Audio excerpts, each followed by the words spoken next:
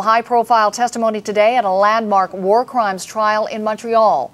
Former General Romeo Dallaire will recount the horrors of the Rwandan genocide at the trial of Desire Munyaneza. The Toronto man is accused of leading a Hutu militia on a rampage of rapes and murders during the 1994 massacre. The CBC's Dan Halton has more.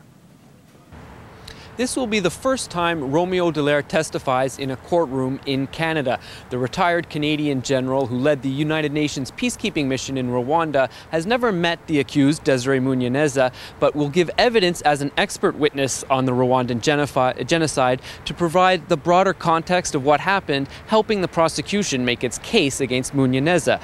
Munyaneza is the first person accused under Canada's recent War Crimes Act. He faces 7 charges of war crimes, genocide, and crimes against humanity, all of which carry a life sentence that would be served in Canada. And so far, the trial has heard from a handful of witnesses who identified Munyaneza as having murdered and raped dozens of Rwandans, as well as an RCMP officer who's investigating Munyaneza's role in the genocide that resulted in the deaths of more than 800,000 Rwandans in the spring of 1994.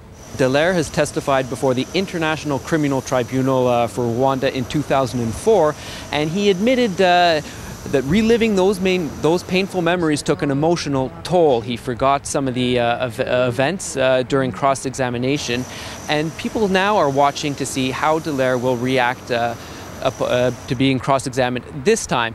Dallaire has, as you recall, has suffered from post-traumatic stress disorder as well as attempted suicide in the wake of what he went through in Rwanda. But he has since given hundreds of speeches and published a book about his experience. Still, many are watching to see how he'll react this time. His testimony is expected to last 3 days, and the prosecution is hoping to wrap up its part of the case by the end of this month or early November.